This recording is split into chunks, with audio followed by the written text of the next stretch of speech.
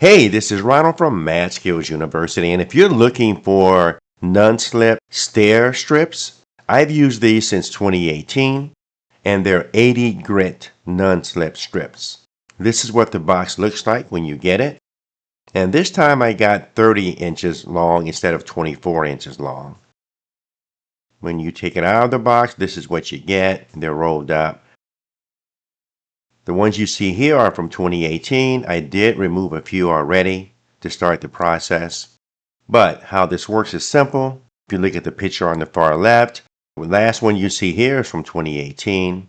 In the middle, what I'm going to do now is power clean these stairs, scrape whatever I can off, make sure that I clear it from any kind of debris. And if you're indoors, you need to do the same thing with the mop, sponge, whatever you want to do. Just get all the debris off. Then what I do to the right is I flip them upside down, use a pencil to make my mark to make sure that everything is aligned and straight, and also by flipping them upside down I straighten it out because they come rolled up. At that point you're ready to just apply them. If you have a surface that you think is not adhering too well, you can use an external wood glue for the outdoor stairs. I linked an external and internal wood adhesive below. I also linked double-sided clear tape as well. What you don't want is the corners to pop up. But how you apply this is very simple.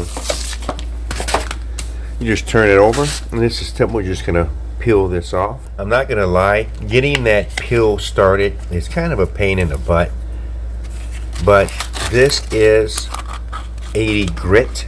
So it does have some stickiness to it. You get it started, just slide everything off, and it sticks really good. So just put it in place, then just run your finger over it, or you can walk on it a few times and it'll be stuck. So it's not coming up.